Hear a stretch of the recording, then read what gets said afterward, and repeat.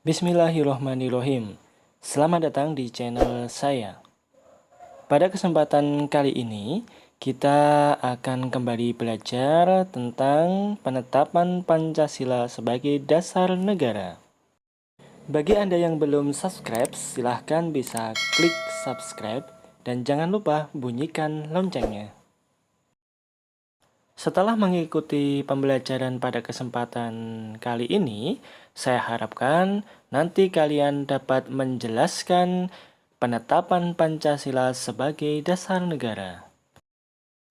Kekalahan Jepang dalam Perang Asia Timur Raya diperparah dengan dijatuhkannya bom atom di kota Hiroshima dan Nagasaki pada tanggal 6 dan 9 Agustus. Tepat pada tanggal 7 Agustus tahun 45, PPUPKI yang telah menyelesaikan tugasnya digantikan dengan panitia baru, yaitu PPKI, yang juga dibentuk pada tanggal 7 Agustus tahun 45. Untuk keperluan membentuk PPKI tersebut, pada tanggal 8 Agustus tahun 45, tiga tokoh penting pendiri negara yaitu Insinyur Soekarno, Muhammad Hatta, dan Rajiman Widioningrat berangkat menemui Jenderal Besar Terauchi di Saiko Saikikan di Saigon. Sekembalinya ketiga tokoh tersebut ke Nusantara, pada tanggal 14 Agustus tahun 45, Jepang telah mengakui kekalahannya terhadap sekutu. Oleh sebab itu, Nusantara dalam keadaan vacuum of power. Dalam keadaan tersebut, timbul desakan-desakan dari pejuang muda Indonesia untuk melakukan kemerdekaan secepat mungkin. Pada akhirnya, tanggal 16 Agustus tahun 45, terjadilah peristiwa penculikan. Hal itu diinisiasi oleh Bapak Sukarni, Bapak Khoirul Saleh, dan Bapak Adam Malik.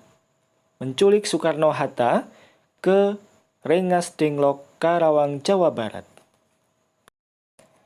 Dalam peristiwa tersebut, terjadi perdebatan yang cukup alot antara golongan tua dengan golongan muda. Golongan muda menginginkan untuk kemerdekaan dilaksanakan secepat-cepat mungkin. Namun, golongan tua tetap kekeh pada pendiriannya untuk memerdekakan Indonesia menurut janji yang telah diberikan oleh Jepang. Setelah mengalami perdebatan panjang, pada akhirnya golongan muda mencoba untuk meluluhkan hati para golongan tua dengan menjamin keselamatan dari tokoh golongan-golongan tua dan menjamin keselamatan kemerdekaan negara Republik Indonesia. Pada akhirnya, golongan tua pun luluh dan dilaksanakanlah kemerdekaan tersebut tepat di tanggal 17 Agustus tahun 45. Namun, sebelum pembacaan teks proklamasi pada tanggal 17 Agustus tahun 45, para tokoh pejuang sebelumnya telah menyusun teks proklamasi kemerdekaan di kediaman rumah salah satu militer Jepang yang pro terhadap kemerdekaan Indonesia yang bernama Laksamana Muda Maeda. Pembacaan teks proklamasi sebenarnya akan dibacakan di lapangan Ikada atau yang saat ini disebut dengan Monas. Namun, karena membludaknya antusiasme dari rakyat Indonesia dan berkumpulnya Jepang pada saat itu di lapangan Ikada, menyebabkan para tokoh negara harus memutar keinginannya untuk memproklamasikan di lapangan Ikada. Dan pada akhirnya dilaksanakan pembacaan teks proklamasi tersebut di kediaman rumah Soekarno di Jalan Pegangsaan Timur nomor 56, Jakarta.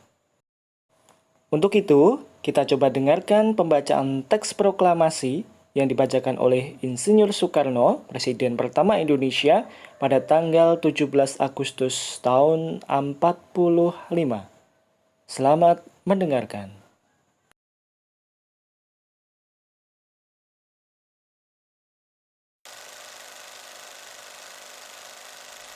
Proklamasi. Kami, bangsa Indonesia, dengan ini menyatakan kemerdekaan Indonesia.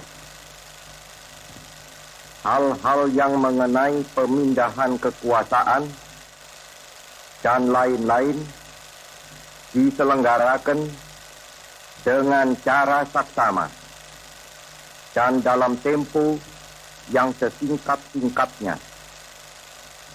Jakarta, 17 Agustus 1945, atas nama bangsa Indonesia, Soekarno-Hatta.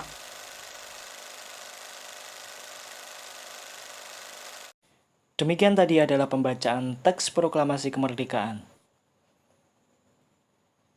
Selang 1 hari setelah dibacakannya teks proklamasi kemerdekaan, yaitu tanggal 18 Agustus tahun 45, PPKI melaksanakan sidang pertamanya dan menghasilkan 3 keputusan penting bagi negara Indonesia.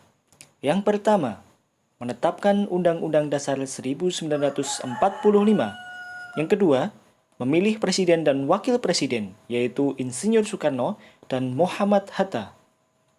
Yang ketiga, membentuk Komite Nasional Indonesia Pusat.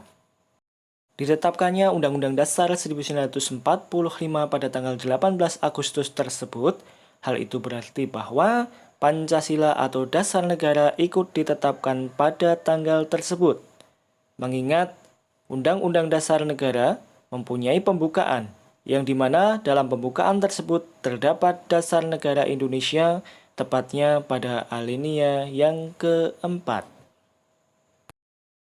Namun, menjelang disahkannya pembukaan Undang-Undang Dasar Negara oleh PPKI, rumusan Pancasila yang dulunya adalah Piagam Jakarta menimbulkan reaksi dari warga Indonesia bagian timur tentang 7 kata setelah kata ketuhanan dalam sila pertama, yakni dengan kewajiban menjalankan syariat Islam bagi pemeluk-pemeluknya.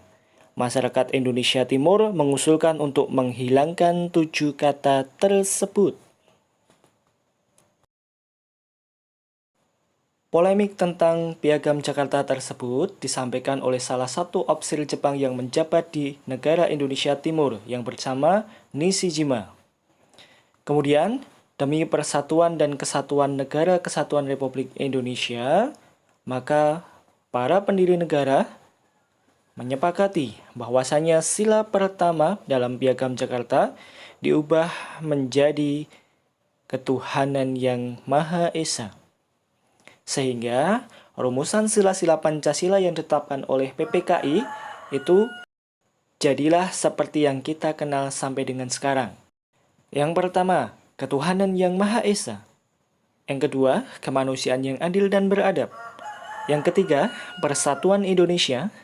Yang keempat, kerakyatan yang dipimpin oleh hikmat kebijaksanaan dalam permusyawaratan perwakilan. Dan yang kelima adalah keadilan sosial bagi seluruh rakyat Indonesia. Demikian tadi adalah materi penetapan Pancasila oleh Panitia Persiapan Kemerdekaan Indonesia. Baik, kita ketemu lagi di dalam materi selanjutnya. Terima kasih. Wassalamualaikum warahmatullahi wabarakatuh.